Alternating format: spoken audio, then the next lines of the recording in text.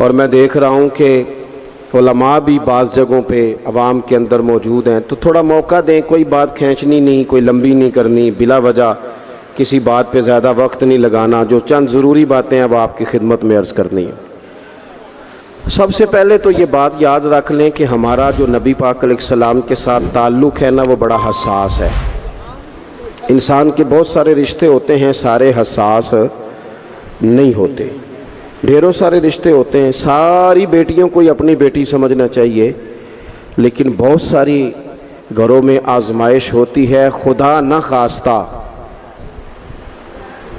अगर बाप रात टेलीफोन पे सुन लेना कि बच्ची बात ठीक नहीं कर रही, कुछ दुखी है, हालांकि वो दुख ना भी बताए, तो सारी रात नींद कोई नहीं आती, क्योंकि इस रिश्ते में हसासियत बहुत है। सब जगह पे इंसान परेशान नहीं होता, लेकिन खुदा न खास्ता उसकी माँ परेशान हो तो फिर वो बंदा बड़ा बेसुकून होता है, बड़ी तकलीफ़ में आ जाता है। अजीज़ दोस्तों, सबसे झगड़ा करके बंदा परेशान नहीं होता, लेकिन अगर उसका अपने घर झगड़ा हो जाए ना, तो ये बहुत सारे लोग जो बाहर जिनकी मोटरसाइकिल की टक्कर होती है ना, ये दरअसल बेचारे घर से परेशान निकलते हैं। जाने किस उम्र में जाएगी ये आदत मेरी, रूठना उससे तो औरों से उलझते फिरना। कई दफ़ा इंसान इस तरतीब से भी परेशान होता है।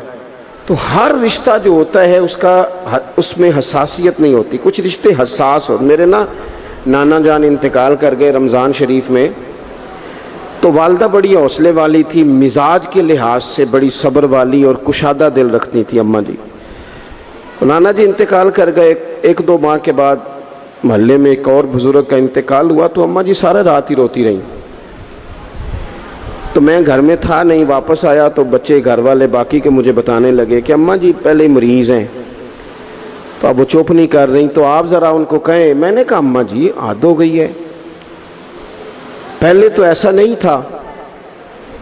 तो मेरी वालदा ने अपने लहजे में मुझे जवाब दिया, कहने लगी पुत्र पहला ये दुख नहीं सी ना लगा। फिर फरमान लगियाँ किसी ने पुत्रा कदों कोई रोंदा है, वो तो अब वो किसी का बाप गया तो हमें तो अपना याद आया है। कुछ रिश्तों में हसासियत ज़्यादा। नौजवान मेरी बात पर गौर करें, ये हमें सारा कुफ्र कहता है, सारे मुशरिक कहते हैं, ताने देते हैं कि मुसलमानों तुम हुजूर के नाम पर इतने जज्बाती क्यों होते हो। तो हम उन्हें बताते हैं कि रिश्ते सारे ही हैं, पर हमारा नबी पाक से जज्बाती रिश्ता है। और इस रिश्ते की हसासियत कुरान पाक ने इन लफ्ज़ों में बयान की कि अन-नबी औला बिल मुमिनीन मिन अनफुसिहिम। फरमाया ये जो नबी है ना, ये मोमिनों के उनकी जानों से भी ज़्यादा करीब है। ये ज़्यादा कुर्बत है, इस रिश्ते में हसासियत है। और नबी पाक अलैहिस्सलाम का उम्मत से ताल्लुक़ किस तरह का है, अजीज़ुन अलैहि मा अनित्तुम।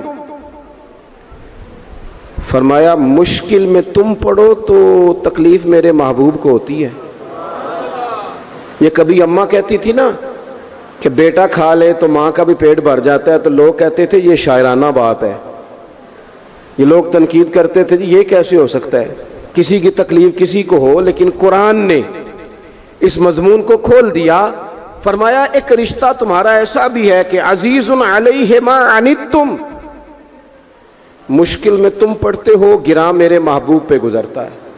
हरीसुन अलैकुम, फरमाया करीम तो तुम्हारी भलाई चाहने में जल्दी करते हैं। अबिल मोमिनीना रऊफुर रहीम, वो मोमिनों पे रऊफ भी हैं और रहीम भी हैं। नौजवानों गौर से सुनना मेरी बात, आपको ना इस मजमून की दर्जनों हदीसें मिलेंगी कुतुब अहादीस में, दर्जनों। हुजूर फरमाते मेरा जी चाहता था, जब किसी काम को मेरा और आपका जी चाहता है तो फिर हम परवाह नहीं करते, मन की मर्जी पूरी करते हैं। सही कह रहा हूँ? मेरा जी चाहता है तो फिर मैं वो काम छोड़ जाऊं? हुजूर फरमाने लगे मेरा जी चाहता था हर वुजू के साथ मिसवाक जरूरी करार दे दूं, जी चाहता था, लेकिन तुम्हें तकलीफ होगी लिहाजा मैं इसे जरूरी करार नहीं देता। फरमाने लगे मेरा जी चाहता था कि मैं देर से इशा की नमाज पढ़ाऊं, लेकिन इसलिए नहीं पढ़ाता कि तुम्हें तकलीफ होगी। फिर फरमाया मेरा जी चाहता था कि मैं अपनी पूरी उम्मत पर तहज्जुद की नमाज जरूरी करार दे दूं, फिर हुजूर करार क्यों नहीं दी? तो बात का मफहूम ये बनता है कि हुजूर फरमाने लगे, मैंने अपनी चाहत नहीं देखी, तुम्हारी नींद देखी है, तुम्हें तकलीफ होगी। हजरत सैयदा आयशा सिद्दीका फरमाती हैं, सही हदीस में मौजूद है, फरमाती हैं हुजूर को उम्मत के हक में दो बातों का इख्तियार दिया जाता ना, कि या रसूलल्लाह ये वाली चीज़ आपकी उम्मत पे ज़रूरी कर दी जाए या ये वाली, तो सैयदा फरमाती हैं जो चीज़ ज़्यादा आसान होती हुजूर उम्मत के हक में उसे इख्तियार करते, उम्मत पर मुश्किल ना आए। हसासियत, उम्मत के हक में नबी पाक के दिल में हसासियत।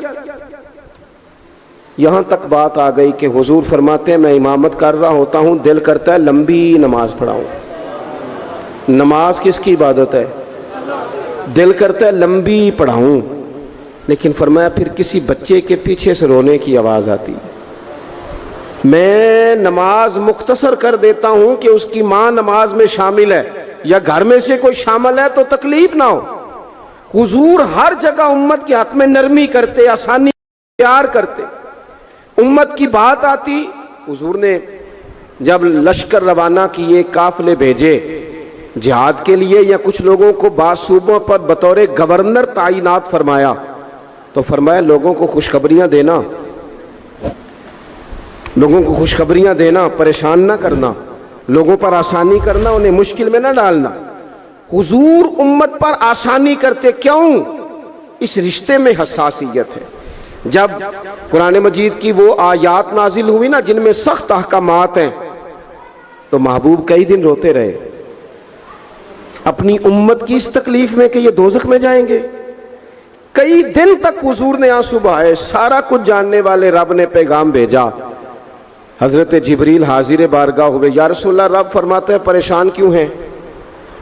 कहा अल्लाह ने सख्त हुक्म दे दिया है, उम्मत कमजोर है, कैसा पूरा करेगी? अल्लाह करे आपकी पूरी तवज्जो हो जाए मेरी बात पर, आमीन तो कह दें, आमीन तो कह दें यार। अल्लाह करे आप पूरे जाग जाएं और मेरी बात आप गौर से सुने, तवज्जो करें। अजीज भाई, इस पर गौर करो। इस हसासी, आज उम्मत को कहा जाए ना तो दाढ़ी शरीफ रख ले, उसमें हसासियत ही नहीं आती। वो कहते हैं पीर साहब आप दुआ करें, तो मैं कहता हूं जब आप तनख्वाह लेने गए थे तब तो नहीं दुआ करा के गए थे। उस वक्त भी कहना था मुश्किल हो रहा है बैंक तक जाना, तो मैं तो नहीं जा सकता, दुआ कर दें। जब आप माल हासिल कर रहे थे, किसी जगह थे, वो तो बड़ी आसानी से आपने ले लिया, और दाढ़ी के लिए पहले आपको वजीफा दिया जाए, दुआएं की जाए, आपके लिए चिल्ला किया जाए, फिर आप सुन्नत शरीयत की तरफ आएंगे। हसास रिश्ता, रसूल कायनात आंसू बहा रहे हैं, किस तरह ये उम्मत हिसाब देगी अल्लाह के हुजूर? कैसे? बड़ी काहली है हमारे अंदर, बड़ी सुस्ती है, हम बड़ी आजमाइशों में। हुजूर जानते हैं जब महबूब कई दिनों तक रोए, अल्लाह करे उम्मती भी कभी कभी हुजूर की याद में रोए। एक तो ये हमारी महफिलें हैं ना जिनमें मजबूर कर देता है खतीब, वाइज, नात खां, तो मजबूरन भी सुभान अल्लाह कहनी पड़ती है।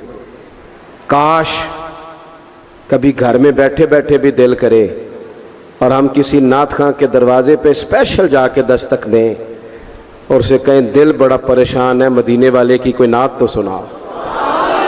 कभी ऐसा भी हो ना कि घर में पैसे ना मिलने पे तो टेंशन होती है, और कोई मुकदमा आ जाए तो परेशानी होती है, लड़ाई हो जाए तो होती है। कभी यूं भी तो हो ना रात को अब्बा जी रो रहे हो बिस्तर पे, और बड़ा रो रहे हो और तड़प के रो रहे हो, बच्चे आके अम्मा से पूछें क्या मसला है हमारे अब्बा को, कोई परेशानी है, कोई डॉक्टर को बुलाएं, कोई दुख है?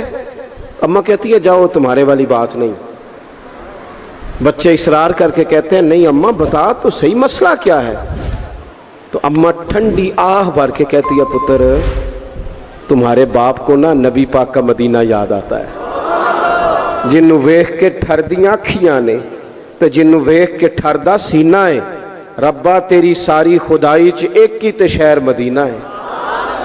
पैसे जितने आ गए जी इन्ने ही बड़े ने, उन्ना सुटियो थोड़ी मेहरबानी। असी किड्डी समझदार कौम आ, पहले आप ही खिलारी देने फिर आप ही इकट्ठी करी देने, कैसी बात है। गौस पाक की महफिल में लोग बंदे गिनते थे, तौबा किस किस ने की। हमारी महफिलों में लोग नोट गिनते हैं और स्पेशल बंदे रखे हुए नोट गिनने के लिए। बस करें यार, छोड़ दें, बड़ा हो गया ये काम हमारी। सुने जी, सुने, अल्लाह खुश रखे, अल्लाह आपको खुश रखे।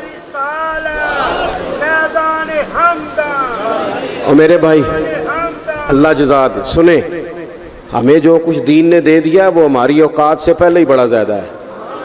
तो ये नोट छोड़ तो ये तो बात ही पीछे रह गई है। सानू तख्त हज़ारे दी लोड़ की है, नाले की लगे शहर बमोल दे नाल, असी अपनी बाल के सेकने आ, सानू की लगे किसी और दे नाल। ये छोड़ दें ये काम, ये कोई इतना मुनासिब नहीं लगता। अल्लाह जज़ाए खैर दे। आप तवज्जो करें क्या अर्ज़ कर रहा हूँ। तो शदीद हुजूर सैयद आलम सल्लल्लाहु अलैहि वसल्लम रो रहे हैं आजमाइश में। उम्मत की आजमाइश को देखकर हुजूर रो रहे हैं कि उम्मत आजमाइश में। हजरत जिब्रील ने जाके अर्ज की, या रसूलल्लाह वो जो खास हसासियत है ना हुजूर की तबीयत में उम्मत के हक में, उसके लिए हुजूर रो रहे हैं। तो रब करीम ने क्या पैगाम दिया? कहा कह दो महबूब से जाके, वाला सौफ युती का रब्बु का फतरदा, महबूब रब आपको इतना देगा कि आप अपने रब से राजी हो जाएंगे। राजी किया जाएगा उम्मत के हक में। और हुजूर फरमाने लगे जब तक सारी उम्मत जन्नत में नहीं जाएगी मैंने राजी नहीं होना। हुजूर का ये रिश्ता हसासियत वाला है। और चूंकि हमारे पास तो अब हम बाज़ दफ़ा लगता है कि ज़्यादा आलिम हो गए लोग, तो हमारी दीवारों पर ना, स्कूलों की दीवारों पर अंग्रेज़ों के कौल भी अब लिखे हुए हैं। तो कई दफ़ा पूछने को दिल करता है इंतज़ामिया से कि हदीसें सारी याद हो गई हैं बच्चों को, जो तुम्हें अब कौलों की ज़रूरत पड़ गई, वो भी गैरों के अकवाल तक तुम आ गए हो। इस कौम को तुमने हुजूर के फरामीन सारे सुना लिए। ओ खुदा के बंदो, हुजूर ने तो इतना हसास करके ये रिश्ता बताया है कि बारीक बारीक नुक्ते भी समझाए। ये काम ना करना दोज़ख में चले जाओगे, ये काम करना तुम्हारा फायदा। एक एक बात खोल के बयान की। उम्मत के पास टाइम ही नहीं है हदीसें पढ़ने का, वक्त ही नहीं है। हमारा तो मिजाज बन गया नुक्ते सुनने सुनाने का। नुक्ते, वो हमारा नकीबे महफिल स्टेज पे भाग के उधर जाता है, फिर भाग के इधर आ जाता है। वो क्यों लगा, कहता मैं जुमला देने लगा। ओ खुदा के बंदे, तू जुमला रहन देखा, तू कोई आयत दे, तू कोई हदीस पाक पढ़। और फिर वो बाज़ों का, मैं तो चूंकि कमज़ोर सा बंदा हूँ, तो वो जब 50 को दफ़ा कहते हैं ना तैयार हो जो जुमला देने लगा, तो ऐसे लगता है जुमला नहीं आएगा, कोई एटम बम भी आएगा। भाई तू दे दे जो तूने देना, इतना परेशान तू किस बात का हो गया। और फिर सारे ही कह रहे हैं, जितने आए नकीब नात खां खतीब सब कह रहे हैं सारा कुरान हुजूर की तारीफ है। तो फिर पढ़ना चाह रहा है तू भी, तू पढ़ कोई भी नहीं रहा, कही जा रहा है अपनी जिंदगी के अंदर। हुजूर ने जो हमें असबाक दिए, जुमे वाले दिन टाइम पे मस्जिद जाया करो। मौलवी नकम्मा भी हो ना मेरी तरह का, आप वक्त पे जाएंगे तो वो जल्द तैयारी शुरू कर देगा। आप आखिरी 10 मिनट जाते हैं तो वो क्या मौलाना दीवारों को तकरीर सुनाए? तैयारी करें, हुजूर के फरामीन सुने। और नबी पाक सल्लल्लाहु अलैहि वसल्लम ने जहां जहां हमें असबाक पढ़ाए हैं, वो उस रिश्ते की हसासियत को देखें। क्योंकि हुजूर ने बड़ा हसास रिश्ता बनाया उम्मत से, तो फिर उम्मत के दिल भी हुजूर के हक में बड़े हसास हैं। अपने मिजाज के लिहाज से ना नरम तबीयत के आदमी हजरत सिद्दीक़ अकबर। कुछ लोग नरम होते हैं ना बेचारे, जो गया मान ली, जो गया मान ली, उनको लोग तंग भी बड़ा करते हैं। ये भी मैं आपको बता रहा हूँ। वो जिस बंदे का पता होता है ना कि जनाब इसके पास गए तो ये अक्सर तारे शाट भी रहती हैं, तो वहाँ ज़रा जाते भी लोग थोड़ी एहतियात करते हैं। हजरत अबू बकर सिद्दीक़ तबन नरम तबीयत के थे, कुशादा रुई, खंदा पेशानी मिजाज का हिस्सा था। वो देर तक सब्र करने के आदी थे। लेकिन एक दिन उनके वालिद आए, जनाब अबू काफा रदी अल्लाह ताला अन्हु, बाद में उन्होंने कलमा पढ़ा। एक दिन हुजूर की बारगाह में शिकायत लेके आए। अब किसी उस बंदे की शिकायत आ जाए ना जिसकी तवक्को ना हो, जिससे तवक्को ना हो। वो किसी ने कहा था ना कि तुझसे शिकवा नहीं बेवफाई का, पर तुझसे उम्मीद बेतहाशा थी। तेरे ऊपर उम्मीदें बड़ी थी, तो तूने ये जो काम किया ना ये थोड़ा अजीब लगा है, तुझे नहीं करना चाहिए था। कोई और कर देता तो चलो बात इतनी सख्त नहीं थी, तुझे नहीं करनी चाहिए थी, तेरी बनती नहीं थी। हजरत सिद्दीक़ अकबर तभी तौर पर नरम आदमी, लेकिन उनके वालिद आए हुजूर की बारगाह में, और बुजुर्ग हैं और नाबीना हैं और लाठी थामे हुए, और उन्होंने बड़ी अजीब बात की। कहा या रसूलल्लाह हद हो गई, आज तो अबू बकर सिद्दीक़ ने मुझे थप्पड़ मारा है, थप्पड़ मारा है। ये अभी वो मुसलमान नहीं थे, शिकायत आई, करीम महबूब अलैहिस्सलाम के गिर्द जितने लोग खड़े थे महवे हैरत हो गए कि अबू बकर सिद्दीक ये काम करेंगे। हुजूर ने फरमाया बुलाओ ना जनाब सिद्दीक को। हाजिर बारगाह हो गए, हाथ बांधे, नजर झुकाई है। हुजूर ने फरमाया अबू बकर लोगों को तो यकीन ही नहीं आ रहा, तुमने थप्पड़ मारा बाप को? खामोश खड़े, खामोश। करीम ने फरमाया अबू बकर सुन रहे हो मैंने क्या कहा, बाप को मारा है? चुप खड़े। तीसरी दफा हुजूर ने फरमाया बोलते क्यों नहीं? उन्होंने ना गर्दन उठाई, आंसू टप टप दाढ़ी पे गिर रहे, रो के अर्ज करने लगे या रसूलल्लाह बाप से कहें खंजर लेके मेरा गला काट दे, मैं सी नहीं करूंगा। पर इसने ना आज आपके बारे में बात की है, आपकी शान अक़दस के बारे में कच्चा जुमला बोला है, आपके बारे में कमजोर बात की है। यार